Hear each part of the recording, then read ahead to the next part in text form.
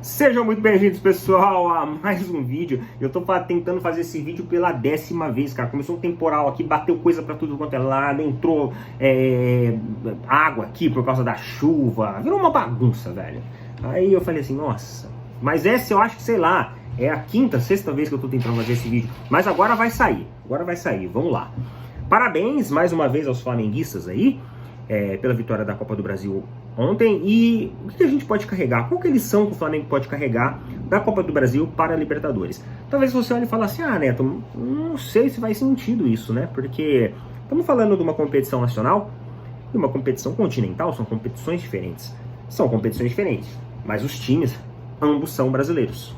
Os técnicos também são brasileiros. Então, querendo ou não, o Felipão, ele é um cara experiente. Ele é um cara que tem que tomar cuidado. Ele é um cara que, se você não souber projetar uma boa marcação, um bom time, ele consegue desconfigurar e bagunçar a ideia dos seus adversários para conseguir uma vantagem competitiva. Vemos isso, por exemplo, contra o Palmeiras e o Atlético Paranaense na semifinal. Mas antes disso, eu vou citar uma coisa bem importante aqui para vocês. Eu acho que ontem, talvez você tenha uma opinião diferente, pode colocar aí nos comentários. O Flamengo deixou com que no segundo tempo o Corinthians gostasse do jogo. Ele deixou o Corinthians com a bola. E quando você deixa o time adversário com a bola, você corre dois riscos. O primeiro é que o time ataque mais. Beleza. Ok, isso já é de se esperar. Mas o segundo é que o time que está com a bola, ele tem mais tempo para trabalhar as suas jogadas. Consequentemente, ele consegue fazer uma leitura tática melhor do jogo, porque ele tem a bola.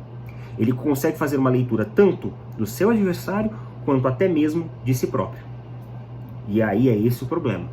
Eu acho que o Flamengo recuou demais as suas linhas ontem e deixou com que o Corinthians gostasse do jogo. E as pessoas falam assim, mas se aquela bola, aqueles gols não tivessem sido impedidos e tudo mais. Galera, quando a gente fala num jogo de final de campeonato, ainda mais em jogo único, que é lá na Libertadores, a gente não pode contar com o e se. Mas e se? Né? E se o Brasil tivesse ganhado a Copa de 98? E se o Brasil não tivesse levado 7-1? Você entende?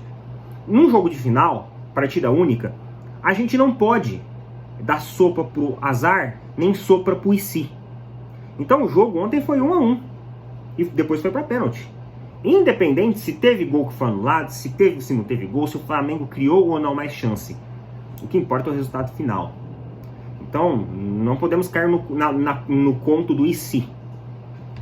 A gente tem que ter uma análise fria a respeito das falhas cometidas ontem para que não aconteça na Libertadores. E isso aqui é só opinião, viu, galera? Eu não sou técnico, não sou analista de futebol nem nada. É opinião de torcedor para torcedor. Por isso que eu quero de vocês aí também. E assim, cara, como que o Atlético Paranaense ganhou do Palmeiras lá na semifinal? Confundindo a leitura tática do time. O Palmeiras até então vinha neutralizando muito bem as jogadas do Atlético Paranaense. Mesmo depois de ter perdido o jogador que foi expulso. Mesmo depois, o Palmeiras continuou fazendo boas marcações e neutralizando muito bem. O problema é que quando o jogo vira para o segundo tempo, o Felipão e o Paulo Turra, eles começam a propor mudanças em sequência. Então, ele basicamente tem a ideia de fazer duas modificações no Atlético Paranaense.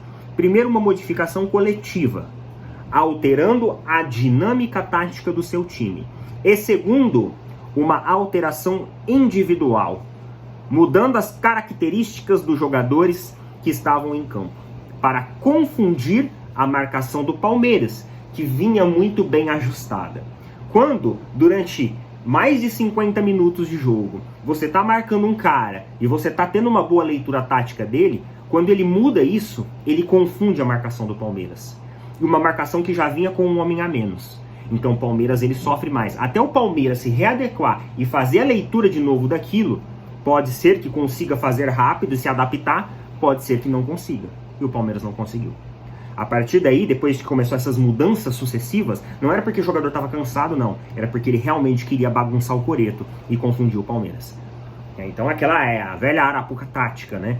E o Palmeiras caiu.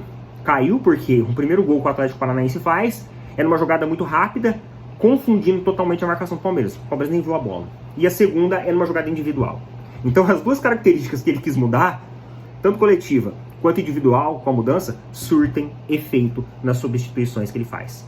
Então, o Flamengo não pode dar esse mole, porque se o Flamengo dá a bola da maneira que deu ontem pro Corinthians, em um segundo tempo, lá numa Libertadores, cara, a coisa complica. Porque o Felipão, ele é velhaco. Ele não nasceu ontem. Ele é um cara que ele gosta. É um cara que os times são catimbeiro. É um cara que os times são espertos. É um cara que se aproveita da confusão para ganhar uma vantagem competitiva. E tá certo, ele joga com as armas que ele tem. E ele vai fazer isso na final da Libertadores. Ele mesmo falou que ele não pode jogar em equilíbrio. Ele tem que desequilibrar para poder ter um diferencial competitivo frente ao Flamengo. Ele mesmo falou isso numa entrevista. Então, coloca suas opiniões, o que vocês acham disso. Eu vou encerrar no vídeo por aqui, porque eu acho que eu já falei tudo que eu queria falar. Acho que deu para entender o que eu quis dizer. E coloca as opiniões de vocês aí. O que mais que vocês acham que precisa mudar frente ao Flamengo de ontem para o Flamengo da Libertadores? Senão daqui a pouco vai acabar a energia aqui e eu não vou conseguir terminar esse vídeo. Forte abraço, galera. Valeu. Falou.